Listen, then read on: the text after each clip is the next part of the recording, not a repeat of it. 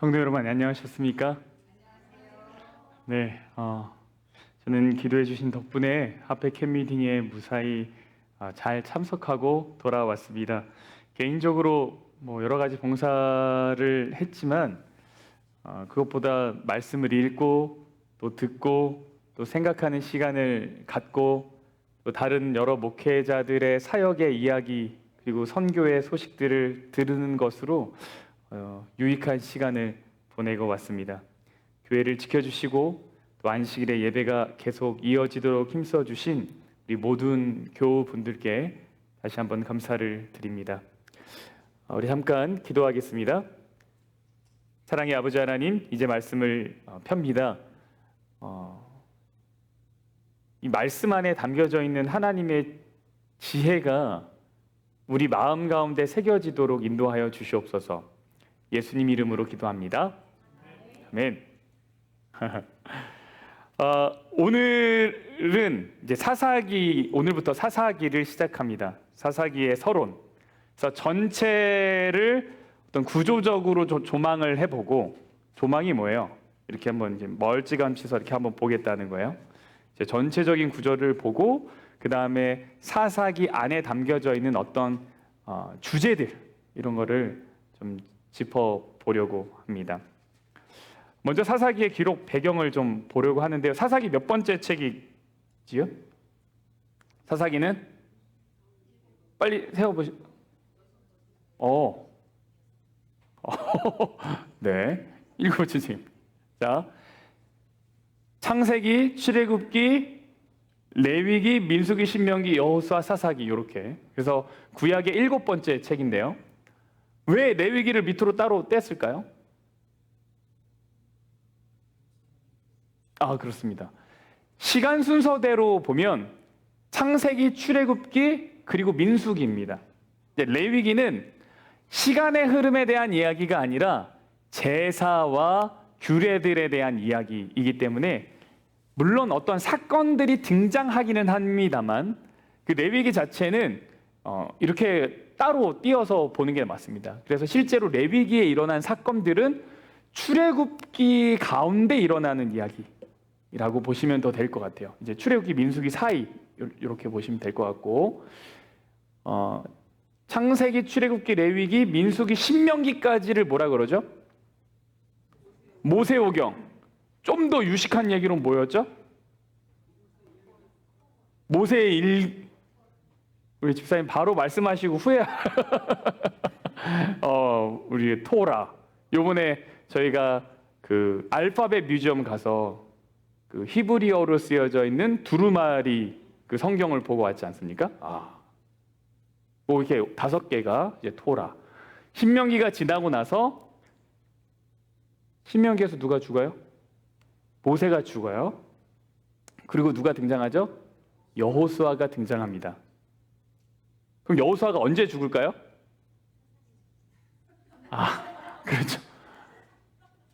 여호수아가 사사기 전에 죽는데 사사기 1장, 2장에 살짝 살아있는 걸로 나옵니다. 그래서 약간 겹쳐요. 그러면서 이제 사사기. 제가 왜 이거를 말씀드렸냐면 지금 지도자라고 하는 위치가 어떻게 변화되고 있는지를 알 수 있기 때문입니다. 모세라고 하는 지도자 다음에는 여호수아라고 하는 지도자가 있었는데 여호수아라고 하는 지도자 다음에는 어떤 한 명의 리더가 등장하지 않았다라는 걸 보여주죠. 이게 시대적으로 그러할 만한 이유도 있었고, 그런 것들 때문에 사사기가 우리에게 주는 어떤 교훈들도 있습니다. 모세오경 다음에 두 책을 여호수아, 사사기를요, 이제 이때부터를 역사서라고 부릅니다. 역사서라고 부르는데 역사서 두 번째 책이 사사기입니다. 유대 전승에 따르면 사사기를 누가 기록했을까요? 아무나 한번 대보시죠. 사사기를 유대 전승에 따르면 사무엘이 기록했을 것이다 라고 생각합니다. 사무엘. 그러니까 사무엘은 사실 언제적 사람이에요? 사사기 이후 사람이죠. 창세기, 출애굽기, 레위기, 민수기, 신명기, 여호수아, 사사기, 룻기, 그 다음에 사무엘, 상하 이렇게 되잖아요. 그러니까 이제 과거의 일들에 대한 기록들, 구전들 이런 것들을 사무엘이 듣고 하나님의 영감을 받아서 정리했을 것이다 라고 이제 사람들은 생각합니다. 왜 이렇게 이야기를 하냐면 사사기에 사사기를 기록한 시기가 언제인지에 대한 힌트가 나옵니다. 과연 사사기는 언제 기록했을까? 일단은 결론적으로 말씀드리면 BC 1400년에서 1500년 사이, 그래서 다윗이 예루살렘을 점령한 후 다윗이 예루살렘 점령했을 시기 요쯤으로 이제 봅니다. 왜 그러냐면요, 사사기에 가장 많이 등장하는 문장 중에 하나가 이겁니다. 그때에 이스라엘에 뭐가 없었으므로요? 왕이 없었으므로. 그러니까 지금 누군가가 기록을 하고 있는데 사사기 시대를 뭐라고 설명하냐면 그때에는 뭐가 없었다? 왕이 없었다. 그러면 지금은 뭐가 있다는 얘기예요? 왕이 있다는 얘기죠. 맞아요. 그때는 왕이 없었다. 그 얘기는 내가 지금 살고 있는 이 시기는 왕이 있다라는 얘기예요. 네. 그리고 다른 또 한편으로 이 책이 틀림없이 다윗의 통치 시기, 그 통치 최초의 시기에 기록됐을 것이다라고 하는 증거가 있는데요. 사사기 1장 21절에 보면 이런 말씀이 있습니다. 베냐민 자손은 예루살렘에 거주하는 여부스 족속을 쫓아내지 못하였으므로. 예루살렘에 지금 누가 산대요? 여부스 족속이 산대요. 여부스 족속이 베냐민 자손과 함께 언제까지? 오늘까지 예루살렘에 산다. 그러니까 지금 사사기를 기록하고 있는 사람의 시기에 예루살렘에 베냐민 자손과 여부스 족속이 같이 살고 있는데요. 사무엘하 5장에 보면 다윗이 예루살렘에 쳐들어가서 여부스 사람을 공격하고 이제 이렇게 완전히 쓸어버리는 이야기가 나옵니다. 네. 그러니까 다윗이 예루살렘에 들어가서 여부스를 치기 바로 전 어느 시점일 것이다라고 이제 학자들이 생각을 합니다. 그래서 기원전 1400년에서 1500년, 1500년에서 1400년 사이 정도다라고 생각을 합니다. 너무 어렵진 않으시죠? 아주 네. 이 책은요, 여호수아의 사망 후부터 왕정, 그러니까 이스라엘의 첫 번째 왕이 누구예요? 1대 왕? 사울 왕이죠. 사울 왕. 사울, 다윗, 그 다음에 솔로몬 이렇게 갑니다. 그래서 여호수아라는 리더가 죽고 사울이라는 왕이라고 하는 리더가 세워지기 전, 왕정이 시작되기 전 사무엘 시대까지의 히브리 백성들의 흥망성쇠를 기록해 준 책이다. 이렇게 보면 되겠습니다. 여호수아는요, 특별한 의미에서 모세가 시작한 계획을 수행했고 그것을 완성하도록 이제 부름을 받았습니다. 여호수아가 죽었을 때 이스라엘 백성이 잃어버린 게 뭐예요? 모세의 영적인 권위, 그 리더십, 지도자, 그리고 여호수아라는 행정적인 경험.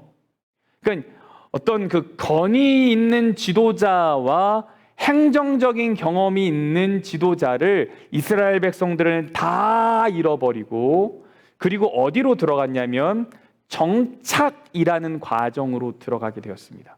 그러니까 애굽에서 나와서 가나안으로 갈 때까지는 다 묶여서 다녔죠. 그래서 한 사람의 리더가 이제 이끌어 갑니다. 근데 여호수아가 가나안을 정복하면서 정착하기 시작하죠. 그럼 사람들이 같이 묶여 다니다가 정착하면 어떻게 되죠? 흩어져서 살게 되죠. 그래서 리더가 한 사람의 이야기가 아니라 이제 흩어져 있는 여러 사사들의 이야기, 여러 흩어져 있는 리더들의 이야기로 등장을 하게 됩니다. 그래서 이제 보면요, 제가 아마 넣었을 거예요. 자, 이게 각 사사들이 활동했던 영역들입니다. 다 다르죠. 다 흩어져 있죠. 네. 이들이 흩어져 있었기 때문에 각 지역의 여러 사사들의 이야기가 등장하고 사사들이 필요했다, 이렇게 볼 수 있을 것 같습니다. 사사기는요, 사방에서 이제 침략을 막 받게 됩니다. 왜 침략을 받게 되었을까요? 사사기 시대 때는 이스라엘 백성들이 막 계속 침략을 받아요.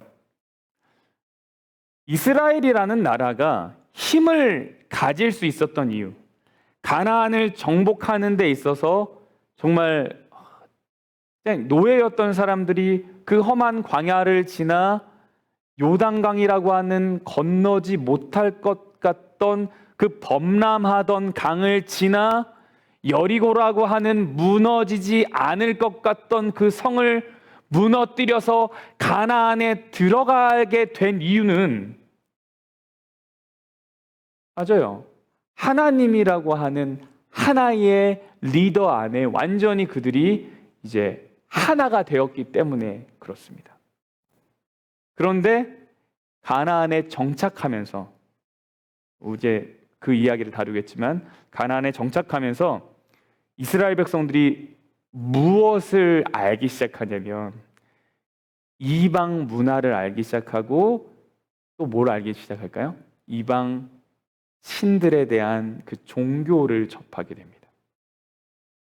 그러면서 하나님과의 언약이 무너지게 되면서 완전히 와해가 됩니다. 그래서 사방팔방에서 공격을 받게 됩니다. 저항할 힘이 없는 겁니다.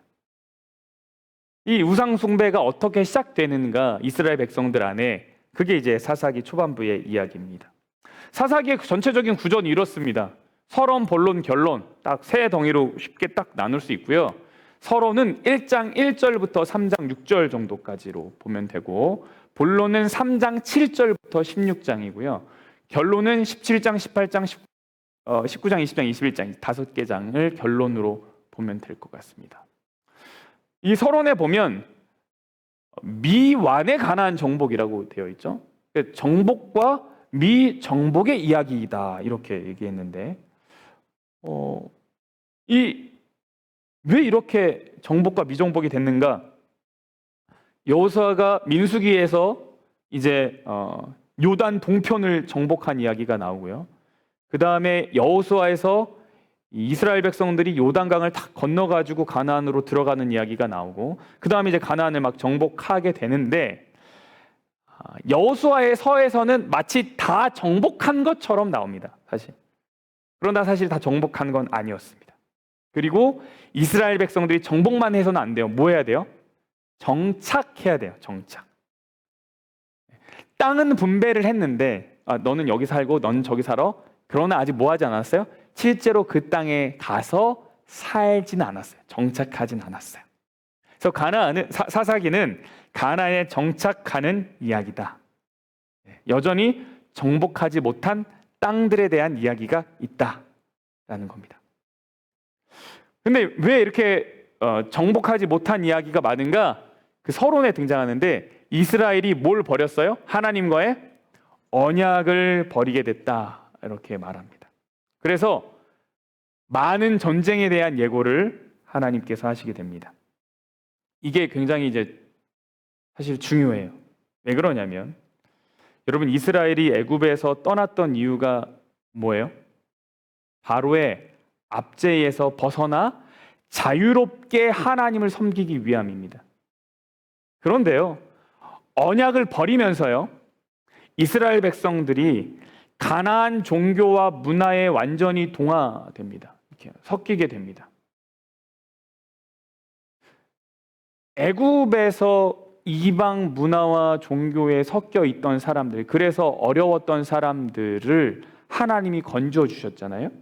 그들의 부르짖는 소리를 듣고 건져 주셨는데, 그래서 자유를 경험하게 하셨는데, 가나안에 들어가서 다시 무슨 상태로 돌아가게 되냐면 애굽에 있었던 상태로 돌아가게 됩니다.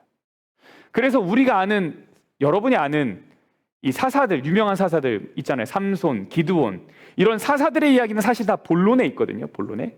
근데 그 이야기들이 다 뭐냐면 사실 작은 출애굽기의 이야기예요. 다 작은 출애굽기의 이야기들이에요. 그 하나하나 이야기들이, 사건들이 사실은 그렇습니다. 그래서 이스라엘 백성들이 어렵고 힘들어요. 압제를 받아요. 그럼 하나님이 누굴 보내줘요? 사사를 보내줘요. 마치 애굽에 누구를 보내줬던 것처럼요. 모세를 보내줬던 것처럼. 그래서 그들이 건짐을 받는 이야기. 근데 그러다 또 다시 압제에 빠진 이야기. 이게 이제 반복되는. 몇 번이 반복되는가? 7번 반복됩니다. 이 본론의 이야기가 7개예요.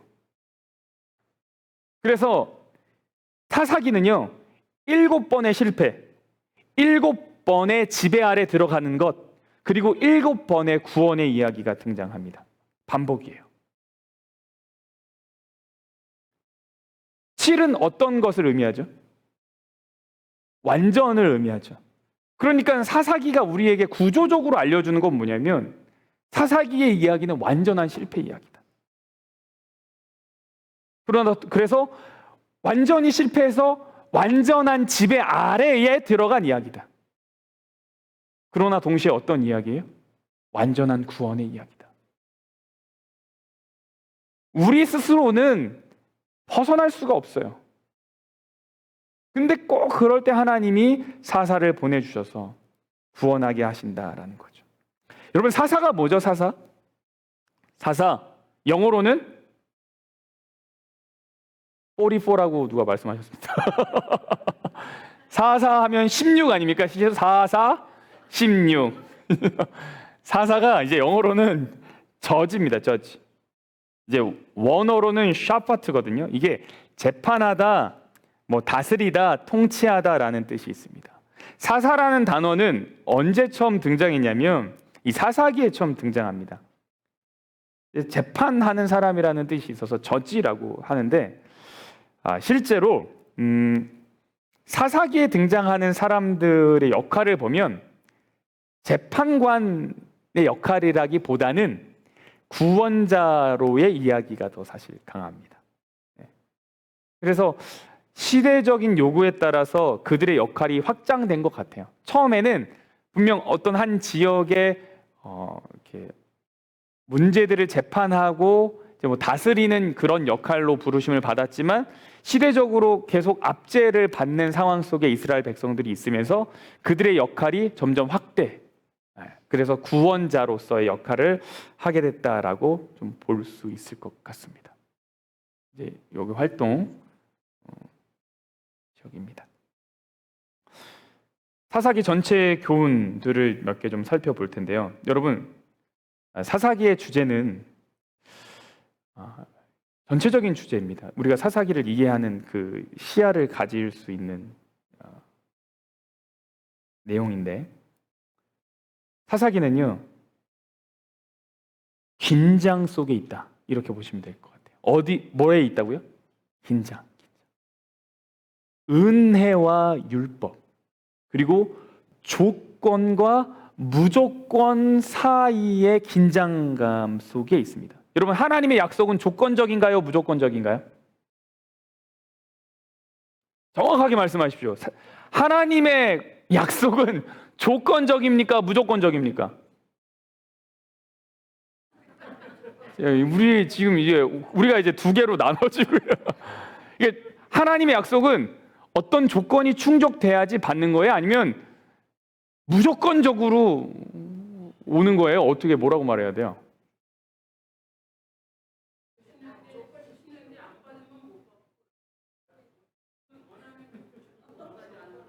원하지 않으면 안 줘요? 못 줘요. 이게 그 긴장감이 여기 나온다 이거예요. 그 긴장감. 그 어느 쪽도 아니다. 딱 이거다라고 사사기는 말해주지 않아요. 사사기는 말해주지 않아요. 그리고 이 긴장감이 어디까지 가냐면 성경 끝까지 계속 가요. 왜 그런지 말씀드릴게요. 구약을 읽는 거의 대부분의 사람들이 두 가지 관점을 갖게 되거든요. 하나는 이제 우리 흔히 보수적 관점이다라고 말할 수 있고, 하나는 자유적 관점이다. 근데 자유주의적 관점이 뭐냐면, 우리가 뉘우치는 한 하나님은 항상 우리를 축복하실 것이다. 이게 이제 좀 자유적인 관점이에요. 아멘 나왔죠? 이제 아멘이죠. 맞아요, 아멘이에요. 보수적 관점은 뭐냐면, 아니다. 하나님은 우리가 순종할 때만 축복할 것이다. 이것도 아멘이죠? 그렇죠. 그러니까 우리 안에도 말씀을 읽다 보면 한 번은 이렇게 이해하게 되고 한 번은 이렇게 이해하게 되고, 어떤 목사님도 설교할 때 이렇게 하고 저렇게 하고, 심지어 같은 목사님도 그죠?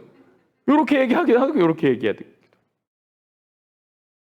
사사기 안의 이야기는 사실 이 두 가지를 다 보여줘요. 근데 이게 이제 우리가 왜 이게 두 가지가 네.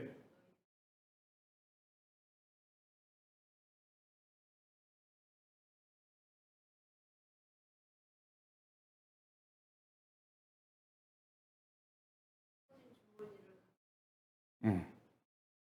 아, 그렇죠. 아멘. 아멘. 집사님 말씀이 맞아요. 근데 이제 제가 또 다른 이야기를 한번 들어보십시오. 그 두 가지 측면이 다 진리입니다. 사실 두 가지가 다 진리예요. 왜 그러냐면, 그래야지 우리가 하나님의 사역과 희생을 이해할 수 있어요. 여러분, 순종할 때만 축복을 받는다라고 하면, 타락의 길로 가는 사사들한테, 이스라엘 백성들한테 하나님이 사사를 보낸 이유를 설명할 방법이 없어요. 그릇되고 잘못되고 우상숭배하고 언약을 깨버렸는데, 근데 하나님은 내버려 두지 않아요. 뭘 해요? 그들을 위해서 구원자를 보낸단 말이에요. 그러니까 하나님께서 하시는 일이 아주 오묘해요. 이게 이제 무조건적인 은혜죠. 예수님이 이 땅에 오신 사건, 이거는 뭐예요? 무조건적인 은혜예요. 누구에게나 다 주어진 은혜예요. 네. 그러나 한편으로는 뭘 우리가 아냐면, 순종의 길을 선택하지 않고 그릇된 길로 가면서 아이고 잘못했습니다, 아이고 잘못했습니다 라고 하면 반복되는 결과가 있다라는 거를 사사기는 보여줘요.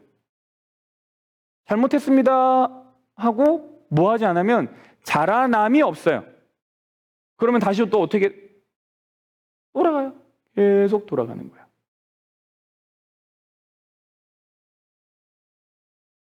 네. 그래요. 맞아요. 그래서.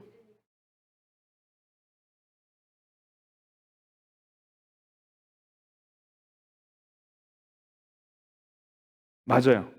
맞아요. 그러니까 이제 하나님의 은혜가 무조건적으로 우리에게 왔죠. 이거는 조건이 아니에요. 무조건적으로 왔어요. 예수님이라고 하는 그 구원과 은혜의 이야기가 우리에게 왔단 말이에요. 이건 무조건적이에요. 근데 이것을 네. 이것을 이제 받아들이는 것. 이것을 우리가 이제 우리의 것으로 하는 것. 이것을 이제 뭐라고 표현하냐면 믿음이라고 표현하죠. 믿음. 이건 이제 조건이다라고 볼 수 있을 것 같아요. 근데 이 두 가지가 다 있다라는 겁니다. 이 두 가지가 우리에게 말해주는 게 뭐냐면, 우리는 은혜가 아니면 안 된다라는 거예요. 그 결론이 이거예요. 사사기가 말해주는 건 뭐냐면, 우리는 은혜 없이는 안 된다. 우리는 하나님 은혜를 받을 자격도 없고, 은혜를 구하지도 않고, 은혜를 받은 후에 감사하지도 모르는 사람들이, 이스라엘 백성들이 그래요. 그런데 하나님은 그런 이스라엘 백성들을 위해 끊임없이 구원자를 보내세요. 계속해서 보내신다는 거예요. 심지어 그 구원자도 뭐 없이는 안 돼요? 은혜 없이는 안 돼요. 삼손 같은 사람들의 이야기 잘 아시잖아요. 우리는 은혜가 필요한 사람들이다라는 걸 사실 너무 분명하게 보여주는 게 사사기의 이야기입니다. 그러니까 사사기는 어떤 영웅들의 이야기가 아니에요. 그러니까 사사기를 이해하는 데 있어서 이렇게 이해하는 경우가 있어요. 어떤 기드온의 이야기를 보면서 어떤 지혜를 이야기하고 어떤 사람의 처세에 대한 이야기를 하고, 물론 그런 교훈들이 있을 수 있지만 그거는 사실 본질적인 게 아닙니다. 진짜 사사기에 있는 본질적인 내용은 뭐냐? 우리는 은혜가 아니면 안 된다 라는 거예요. 하나님이 우리를 위해서 하시는 일이 아주 선명하게 드러나야 된다는 거죠. 우리가 사사기를 통해서 그럼에도 놓치지 말아야 되는 다른 한 가지는 뭐냐면, 우리는 이 땅을 살아가면서 지속적인 영적 갱신이 필요하다라는 겁니다. 사사기는 실패의 역사를 담고 있습니다. 영적 전투의 사명을 포기한 이스라엘이 하나님을 떠날 때 얼마나 비참한 신세로 전락하는가를 사사기는 너무 분명하게 보여줌으로써 우리로 하여금 뭘 포기하지 않게 만들어요? 영적인 전투를 포기하지 말라고 말하는 겁니다. 하나님을 의지하라 라고 말해주고 있습니다. 영적 전투의 사명을 망각하고 가나안 거민들과 결탁한 이스라엘 백성들, 전쟁을 하더라도 하나님의 능력과 지혜보다는 이방 나라들처럼 세속적인 방법과 전략을 의지한 이스라엘 백성들이 사사기 안에서는 어떻게 되냐면 하나님 앞에서 징계와 심판을 받게 돼요. 그러니까 우리에게 필요한 건 뭐냐면 끊임없는 영적 갱신이다 라는 겁니다. 다 이야기가 있는 거죠. 또 하나 이 주제는 뭐냐면, 하나님은 우리 삶의 일부만이 아니라 모든 영역의 주인이 되고자 하신다라는 사실입니다. 이스라엘은 일부 지역에 이렇게 머물면서 그 땅 거민들과 동거하는 법을 배웁니다. 같이 사는 법을 배워요. 다시 말해서 그들은 하나님을 온전히 거절하지도 온전히 받아들이지도 않는 아주 애매한 상태를 살아가게 됩니다. 그 이야기가 1장에 등장해요. 그러면서 이제 어려워지는 거예요. 우리도 마찬가지죠. 적당히 하면 힘듭니다. 아예 나가서 내 마음대로 살다가 가든가, 정말 내 마음을 다 드리든가. 근데 우리가 자꾸, 제가 늘 말씀드리지만 두 주인을 섬기려고 하다가 가랭이가 찢어지는 거예요. 우리는 두 주인을 섬길 수 있도록 디자인되지 않았습니다. 하나님은 우리를 만드실 때 한 주인만 섬기도록 만드셨습니다. 너희가 두 주인을 섬기지 말라라고 하지 않으셨고 두 주인을 섬기지 못한다라고 말씀하셨다고 우리가 알고 있잖아요. 그러니까 자꾸 동거하는 법을 배우면 안 돼요, 우리가. 근데 이제 사실은 그러면서 우리가 뭘 경험하냐면 하나님의 크신 사랑을 경험하고 은혜를 이제 경험하죠. 네. 진짜 우리는 뭐 없이는 안 된다? 예수님 없이는 안 된다. 은혜 없이는 안 된다. 이거를 배우게 된 겁니다. 세 번째는요, 우리에게는 진짜 참 구원자가 필요하다라는 겁니다. 모든 인간 구원자들의 이야기, 여기 사사기에 등장하는 영웅들은 결점도 있고 장점도 있습니다. 그 이야기를 보면서 우리가 느껴야 되는 건 뭐냐면, 그 사람의 어떤 그 대단함, 어떤 사사의 위대함을 보는 것이 아니라 우리한테는 진짜 참 구원자가 필요하구나라는 걸 이제 우리가 느껴야 된다는 거죠. 왜냐하면 사사기의 이야기들이 시간이 지나면서 점점 더 악이 심해지고 부도덕이 심해집니다. 그리고 사사가 등장하는 사사가 점점 더 그 영적 영향력이 약해집니다. 인간의 구원자, 인간 구원자는 실패할 수밖에 없다. 이것이 사사기가 우리에게 알려주는 교훈입니다. 네 번째는요, 우리 눈앞에 어떤 일이 벌어지고 있든지 간에 하나님이 우리를 주관하시고 다스리신다는 사실입니다. 근데 사사기에서 진짜 중요한 주제가 이건데 우리가 쉽게 놓칩니다. 종종 사사기의 장면들 속에서는 하나님이 안 계신 것 같이 보입니다. 그러나 절대로 그렇지 않다라는 거예요. 하나님은 연약한 사람을 통해서 그들의 연약함에도 불구하고 하나님의 뜻을 이루시기 위해서 부단히 열심히 일을 하십니다.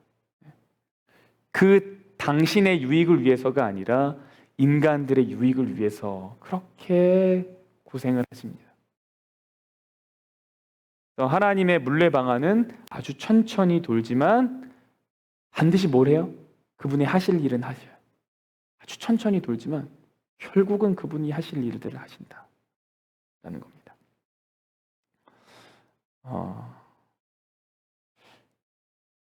좀 마무리를 하려고 합니다. 오늘 반복해서 다루었던 어떤 주제들을 이렇게 확실하게 깨닫고 이해할 수 있는 부분이라고 생각하는데요. 사사기에 가장 많이 등장하는 이 문장이 이거라고 말씀드렸죠. 그때에 이스라엘이 뭐가 없어요? 왕이 없으므로 사람이 각기 자기의 소견에 옳은 대로 행하였더라. 이것이 사사기 가장 마지막에 등장하는 문장입니다. 그 다음에 나오는 책이 뭐죠? 사사기 다음에 룻기. 왕이 없어서 방황하는 이들에게 진정한 왕이 누구인지를 소개하는 책이 룻기입니다. 룻기의 이야기가 뭐죠? 룻기는 어떻게 예수님의 조상인 다윗이 태어나게 되었는가를 알려주는 책이에요. 그러니까 진정한 왕의 탄생에 대한 정말 결정적인 단서를 우리에게 주는 책이 룻기입니다. 라합이 이렇게 그 정탐꾼 딱 만나가지고 가족을 낳고 보아스가 나와서 룻을 만나서 이새를 낳고 다윗을 낳고 그게 다음에 예수님이 나오죠. 룻기가 그 이야기를 우리에게 알려준단 말이에요. 진정한 왕의 탄생에 대한 이야기. 우리에게 진짜 필요한 왕이 과연 누구이냐? 왕이 없음으로 실패하고 방황하는 이스라엘 백성들의 역사를 기록하면서 마지막에도 그 질문을 탁 던진 다음에 룻기가 시작이 다 되었다. 인간 사사로는 우리의 구원이 완성되지 않는다는 거예요. 우리는 오직 예수님의 은혜로 그분의 그 왕 되심으로만 구원을 경험한다는 거죠. 우리 스스로에게 던질 질문이 이것입니다. 오늘 나의 왕은 누구냐? 오늘 진짜 나의 왕은 누구냐? 이 사사기의 이제 연구 여정 가운데 여러 가지 재밌는 스토리들이 많이 있습니다. 그런데 우리가 배울 수 있는 교훈들도 있고 또 굉장히 흥미있는 이야기도 있지만 그 모든 이야기를 다룸에 있어서 정말 놓치지 않을 한 가지, 진짜 나의 왕은 누구일까? 이 질문에 대한 답을 함께 확인해 보고 정말 우리의 삶의 진정한 왕을 찾아가는 그런 여정이 되기를 간절히 바랍니다. 네, 함께 일어나셔서 찬양하겠습니다.